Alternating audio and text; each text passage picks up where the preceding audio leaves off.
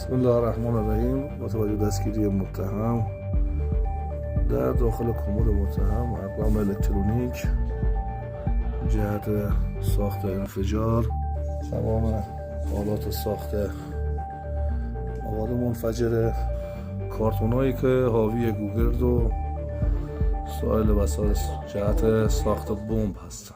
از 10 سال پیش شاید بیشتر توی اینترنت گشتم دنبال آموزش‌ها. توی خیلی جا پیدا کردم. یه سایتی بود آنارشیست همچین چیزی. و همون اسمم ذخیره کردم فایلاشو. اون آموزش ساخت مواد منفجره میداد. ولی دست نزدم تا همین بعد از عید. یعنی این همه فایل مون توی گوشی من تا الان.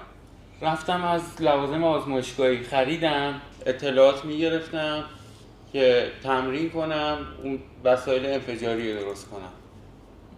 چیا بوده وسایل انفجاری؟ دینامیت‌های دستساز ظرفی سرنجی بوده که درست میکردم، بعد داخلش باروت سیاه قاطی میکردم،